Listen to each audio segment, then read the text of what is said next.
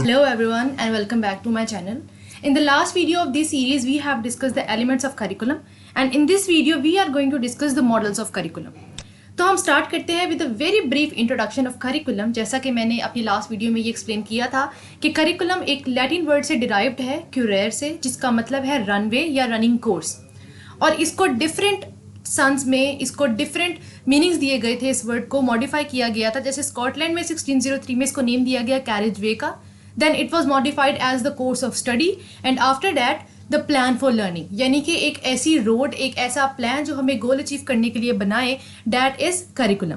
और ये हमने डेफिनेशन भी बड़े अच्छे से डिस्कस की थी कि कोई ऐसा प्लान, कोई ऐसा हमारे पास फॉर्मूला जो पर्पसफुल हो, प्रोएक्टिव हो, सीक्वेंस में हो, एक कंप्लीट मैनेजमेंट के साथ हो और वो स्टूडेंट्स एक्वायर कर सकें उस लर्निंग को, that will be the curriculum.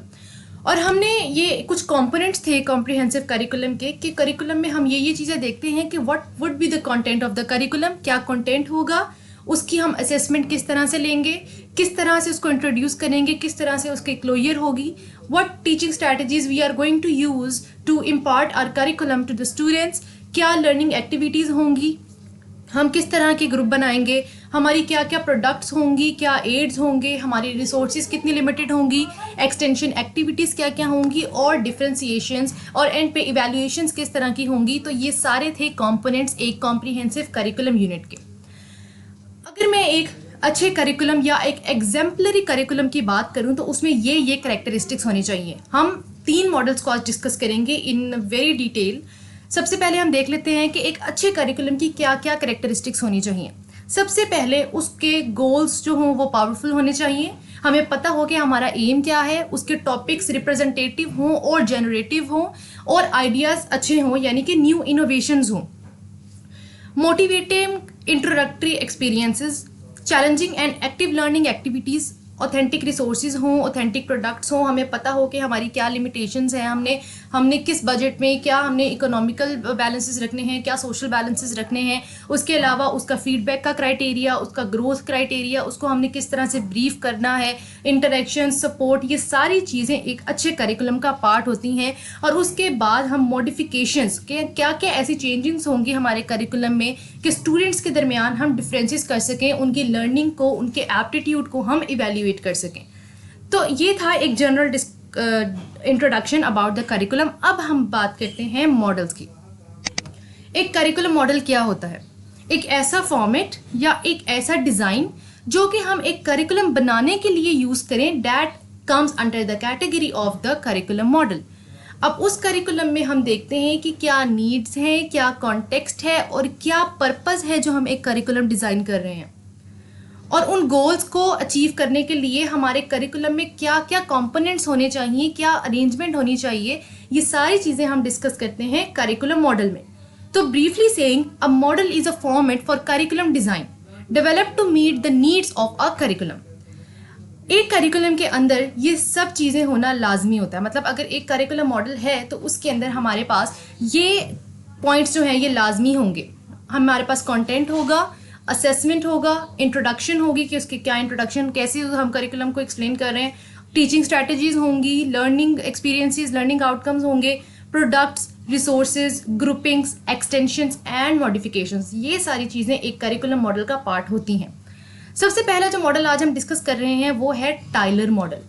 अब रॉल्फ टाइलर एक एजुकेशनिस्ट था जिसने एक थ्योरी दी थी जिसके उसने 4 बेसिक क्वेश्चंस बताए थे। सबसे पहला मॉडल हमारे पास है द टाइलर मॉडल। इसने जो करिकुलम का मॉडल पेश किया था वो 1949 में दिया था और उसने ये पूरा मॉडल अपनी एक बुक में एक्सप्लेन किया था और उस बुक का नाम था basic principles of curriculum and instruction. और उसमें उसने 4 क्वेश्चंस दिए थे एंड ही सेज कि अगर इन 4 क्वेश्चंस आपके करिकुलम पे आपको उनके जवाब मिल जाते हैं, then your curriculum model is okay, आपका करिकुलम ठीक है। पहला उसने दिया, what educational purposes should the school seek to attain, कि जो हम करिकुलम बना रहे हैं उसमें एजुकेशनल पर्पस है क्या जो एक स्कूल को या एक एजुकेशनल इंस्टीट्यूशन को चाहिए, उन्होंने क्या गोल अचीव करना है। What educational experiences can be provided that are likely to attain these purposes, और वो जो एजुकेशनल पर्पसेस हमने बनाए हैं उनको अटेन करने के लिए हम क्या क्या एजुकेशनल एक्सपीरियंसेस यूज़ करेंगे वो पता होने चाहिए। और किस तरह वो एजुकेशनल एक्सपीरियंसेस ऑर्गेनाइज होंगे, ये थर्ड क्वेश्चन था। And the fourth question was कि how can we determine whether these purposes are being attained. यानी कि अगर हम इनको देखें तो ये 4 पार्ट्स में डिवाइड हुआ है। सबसे पहले तो हमने ये देखना है कि एजुकेशनल पर्पस है क्या हमारे करिकुलम का, फिर उस एजुकेशनल पर्पस को अचीव करने के लिए हम कौन कौन से एजुकेशनल एक्सपीरियंसेस को यूज़ करेंगे, फिर हम देखेंगे कि क्या वो एजुकेशनल एक्सपीरियंसेस ऑर्गेनाइज्ड हैं, वो इंटीग्रेटेड हैं, वो सीक्वेंस्ड हैं, और उसके बाद हम ये देखेंगे कि इवैल्यूएशन करेंगे कि क्या वो एजुकेशनल जो पर्पसेस थे, एक्सपीरियंसेस थे, जो ऑर्गेनाइजेशंस हमने सारी की हैं, क्या वो अटेन हो चुकी हैं, वो अटेन होंगी, किस तरह से होंगी, नहीं हुई तो क्या मसले आए। तो ये 4 पॉइंट्स जो दिए थे टाइलर ने कि हम इस तरह से एक करिकुलम मॉडल को बना सकते हैं, सिंपल 4 बातें। तो ये था टाइलर मॉडल। अब आगे हम बात करते हैं व्हीलर करिकुलम मॉडल की। We will connect all these at the end, so be careful. Wheeler curriculum, अब नाम से जाहिर है, व्हीलर ने जो दिया था ना, ये मॉडल ऐसा था कि एक साइक्लिक फॉर्म थी, ये सर्कुलर फॉर्म थी कि हम कहीं से भी, यानी कि अगर हम पूरी पहले हमने एजुकेशनल एक्सपीरियंसेस लिए या पर्पसेस कुछ भी सारे पॉइंट्स करने के बाद एंड पे हम दोबारा से उसको शुरू कर देंगे अगर कोई इशू हुआ तो।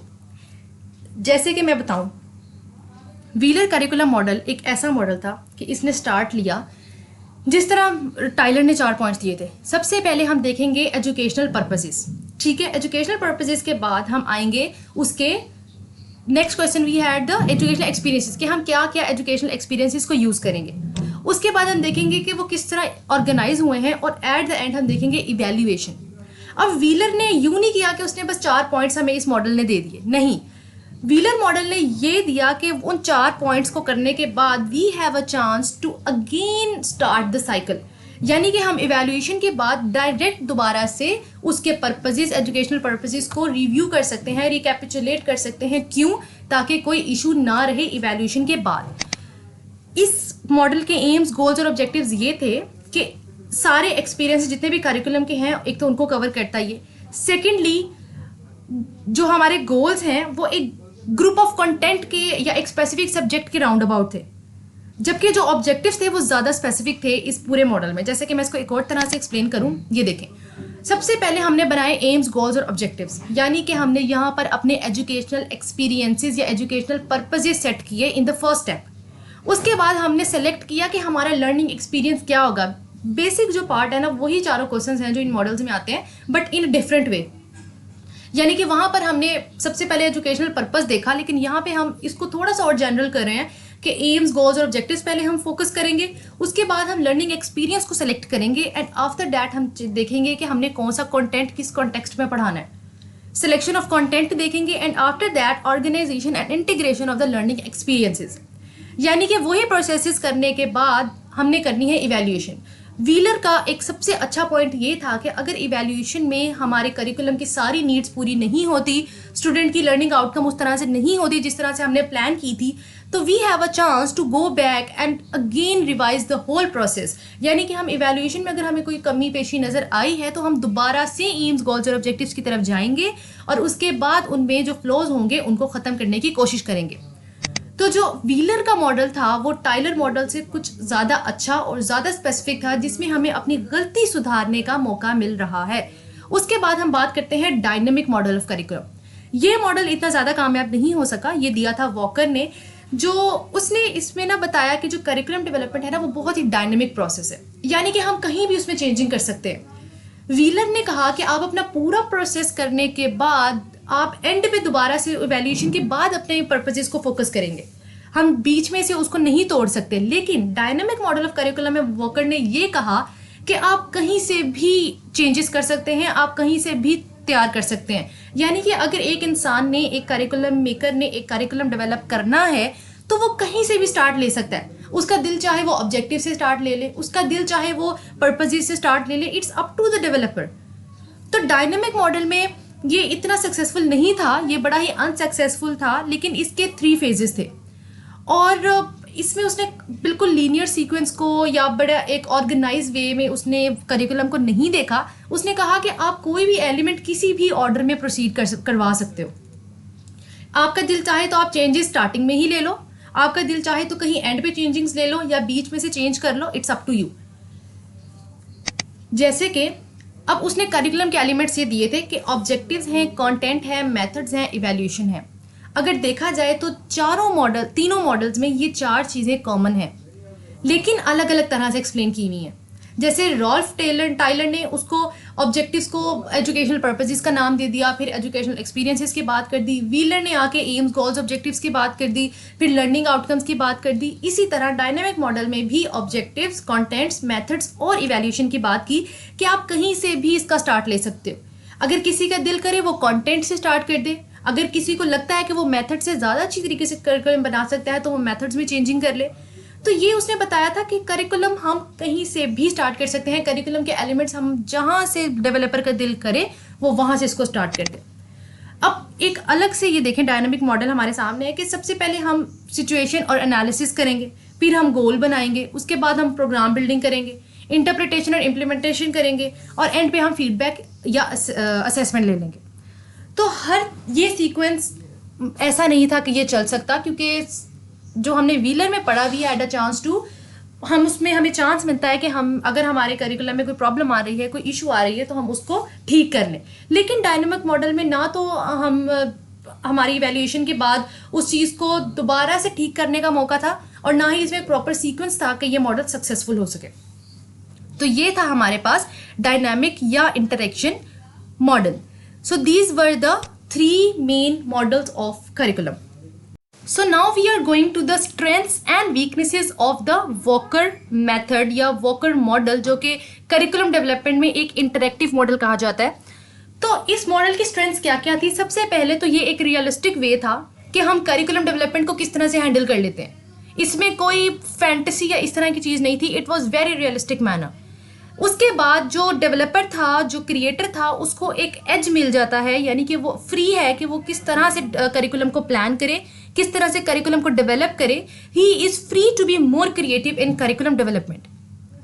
उसके बाद करिकुलम डेवलपर को ये चांस मिलता है कि वो जब चाहे, जिस तरह से चाहे, अपने एलिमेंट्स को करिकुलम में अरेंज कर सकता है। उसके अलावा ये फ्लेक्सिबल था, फ्लेक्सिबल इन अ सेंस के नीड के अकॉर्डिंग करिकुलम को किस तरह प्रोसेस किया जाए, उसको किस तरह स्टार्ट लिया जाए।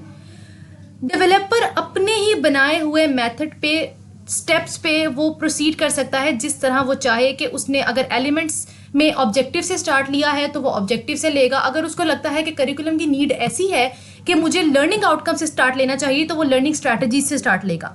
इसी तरह reflects the teaching situation, this model could be a more suitable and less dysfunctional approach।